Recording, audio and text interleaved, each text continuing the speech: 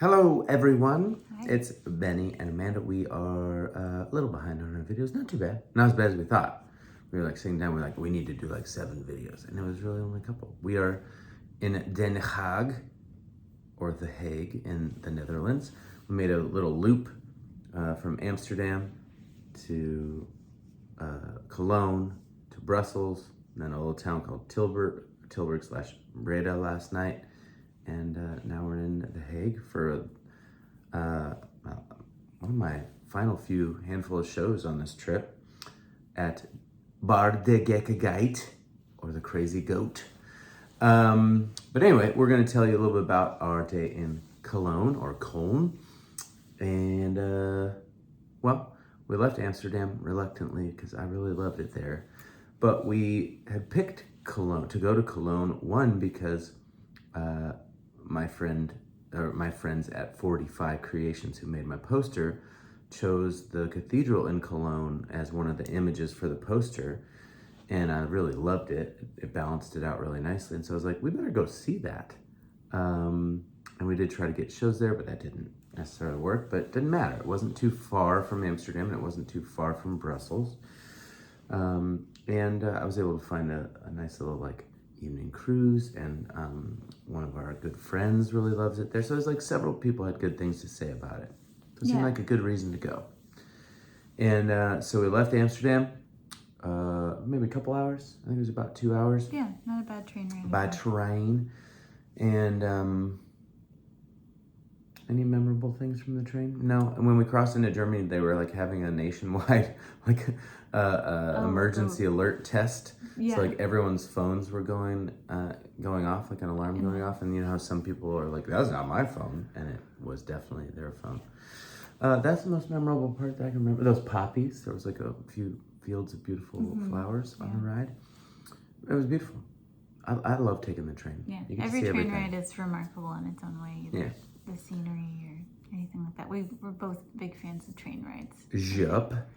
But yeah, we showed up in Cologne. We stayed at really a nice, one of the nicest hotel experiences we've had yet on this trip. It's a Marriott. Yeah. Before this trip, I joined Marriott Bonvoy because I've often played a lot of lofts and AC hotels, which is all in their family. So it just made sense that I'm often staying there, and they support what I do. So why not be a part of the family? And anyway, so we have status with them now, and so they really took care of us. They left us a welcome gift, some snacks. When we checked in, the person behind the desk, there's sort of the level that you'd expect with their job, and here's some places check out or whatever. But she pulled out a map. She made a list of some of her favorite restaurants. Just very, very kind and warm and generous. It was very sweet. Yeah, the thing about having status is that she thought we were gonna go get a suit on and go out and. So we were like, will you find sandwiches and a beer somewhere, please? Yeah. So that's what we did. But before that, we come out of the train station and just come up the steps, and all of a sudden the Cologne Cathedral is right there, and it's huge. It's the third tallest cathedral in the world. And just such a presence. All of them all of them are beautiful. They have their own distinctive characteristics. But this thing is it was gigantic. So you're down in the train station, so it's just... It's also kind of black. It's sort of the stone's kind of dirty, so it's got a really just stark contrast against the sky when it's very bright. It's and it's Gothic style, so it's just a cool, ominous looking building. It's very, very cool. Even in the bright midday sun, it had that look and feel to it. So we dropped off our stuff, and we decided that we were gonna go to the cathedral first. Yeah. And do our touristy things there, and even just exploring it. I mean, it was easy. It's so full of art and sculptures and And the three wise men. So a lot of medieval churches, something that it's basically a circuit for the bones of saints, and so. It's something you do is house relics of holy people, and sometimes that means their teeth or pieces of them. So this church boasts like housing the relics of the Magi, the 3 wise men who came to see baby Jesus, and it's kept in like a really ornate golden box. That thing is incredible. It even has these like 3 jeweled crowns embedded in it. It's, I mean, true, not true, whatever. The thing is beautiful. It's an incredible piece of art, just even if it was empty. We were kind of talking. Well, and no, they opened it, remember, and they found remains. Oh, I didn't read that. Yeah, and like we were talking about. There's Bob, Jim, and Jeff. Well, you and I had a conversation about it because you're like, how do they know? And I'm, my perspective is like, you can't know, and more than likely, it probably is not the 3 wise men who went to see baby Jesus. But I think the more interesting question is, okay, so probably not them. So who is it? Yeah. Who got in this gold box? How do you get confused for, you know? Well, there is some uniqueness to it because it's 3 people, you know. So, Lots of people. What if it was? What if it is? I don't know. If you're in the market for some bones, I bet you could scrounge some up and pass them off. You know, people they got whole parks with bones in them. People do creative things when they want money. So they call them bonetaries. But anyway, it was beautiful. They had there was one really unique stained glass window that was kind of like, the best way I could call it is like a Rubik's Cube. It's just multicolored. And when we were there, the light was shining just perfectly. That just reflected this super colorful rainbow all over the wall. It was really neat. Beautiful. That was cool. Because the rest of them are all very similar. Yeah, they're like depictions of, exactly. Yeah. There was one original window pane from 1509 or something. Yeah. And this cathedral, I mean, you walk in, I could understand, like, if you believe in that kind of thing and this is where you went to worship, it's like you feel like you're looking up at heaven. It's like so freaking tall. Yeah. And I would love to go to service there and like hear that gigantic organ being played and like how it reverberates in that space. Yeah. It's incredible. It's just it's not about a religious experience. It's just about what human beings are capable of creating, and it's even back then. Yeah. Which it's wild. Well, it's kind of a perfect segue because there's an option to the church, to visit the church. It's free. Of course, they want you to donate, but there's also an option to pay to climb 32 stories to the top of one of the bell towers, which we decided to do. Past the bell tower. Past the bell tower. It's very, very high in the spire. Because you get to see the bells. That's why I mentioned that. Because there's a famous bell in one of the towers, and he's called Fat Peter. So Ben and I, we did the Wallace Monument. We're used to climbing stairs. The data on now it's a test. Apple Health is looking great. But we both get a little noodle leggy if we look down. Yep. I wouldn't say, as a kid, I was really afraid of heights.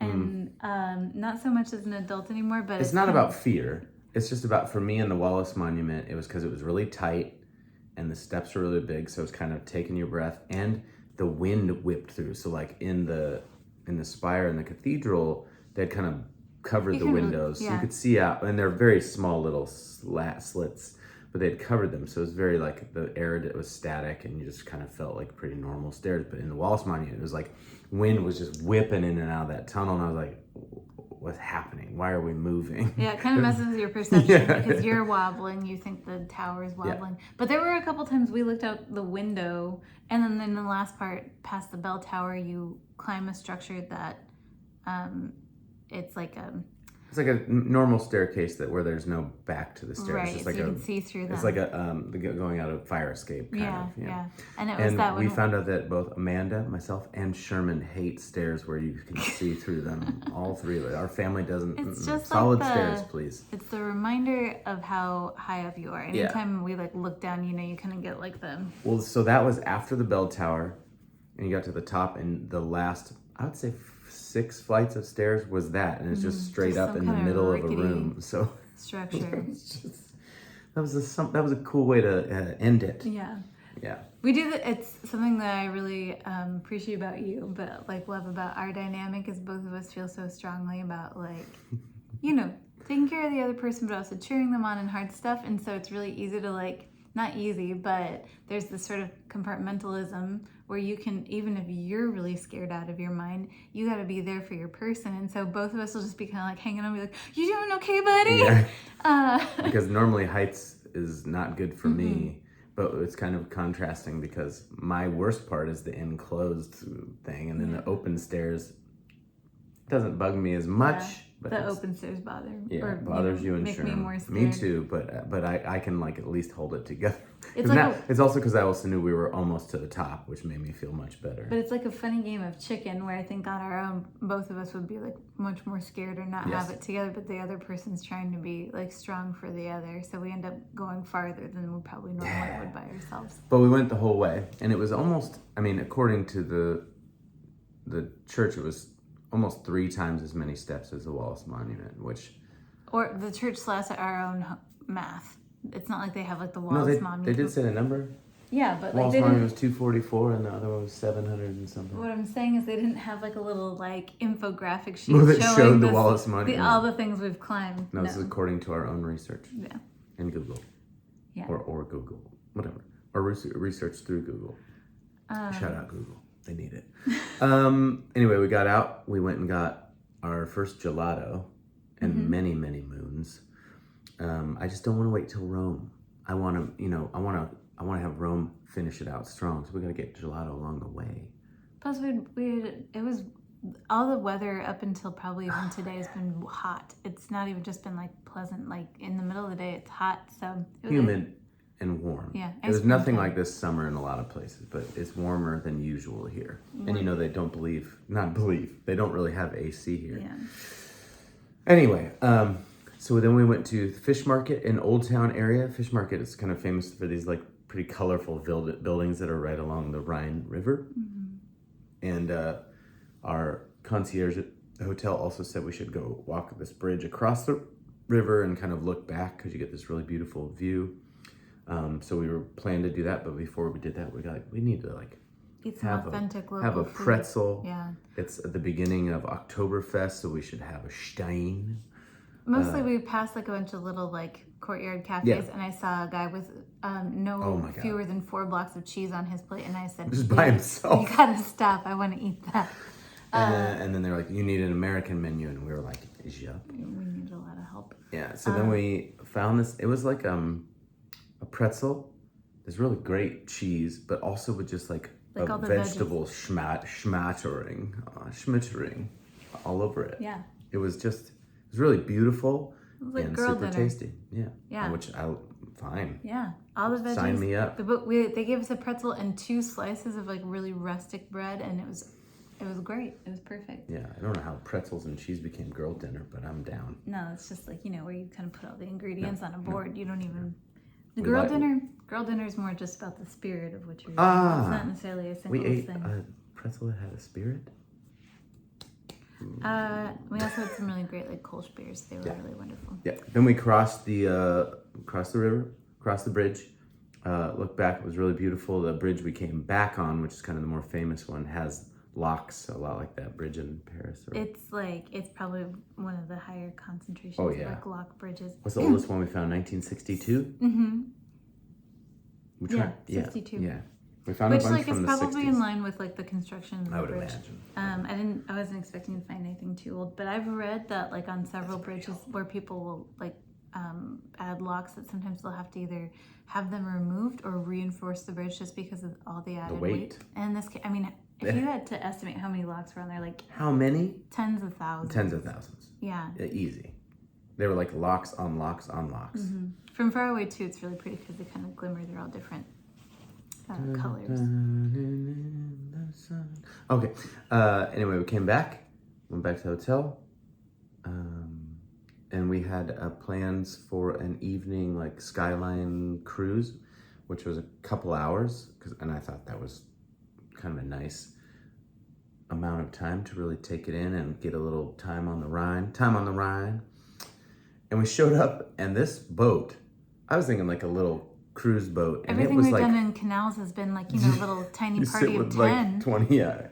And this was like party of 1,000. It was like a 3-story cruise ship. There's like a private event in the front. There's a DJ dance floor on the top. There's 2 more indoor seated tables with dance floors and lights in the middle and bottom floor. Now, it was not full. There was maybe a couple hundred people. That'd be my guess. Yeah. So Man and I got there early, which is the second time this entire trip we've arrived early somewhere. But we got to sit right at the front center of the boat, which meant 2 things. 1, we got the best views of stuff, and 2, it was the coldest area on the boat because all the cold air hit us first. It was a little chilly. So we were just taking on the cold air for everyone else. We're like a hood ornament for the boat. I like thinking of us that way. Yeah. It's like, we're sailing. But anyway, it was beautiful. We got to, especially at night, everything looks totally different. And the skyline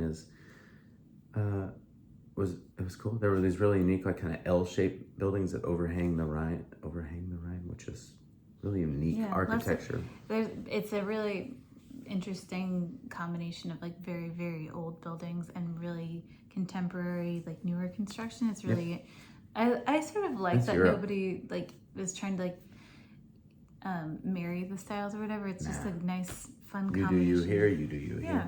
Yeah. But we came back, and on the way back, before we pulled in, we got to see the cathedral all lit up-ish. And it's also, parts of it are under construction, so it wasn't totally lit up the way we've seen in some photos, but still very beautiful. And that was our day off in Cologne, just a 1-day stop and drop, pop through, hoppity hop.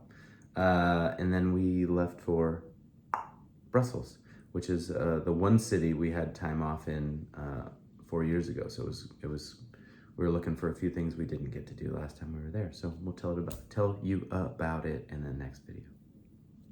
Bye. Bye-bye.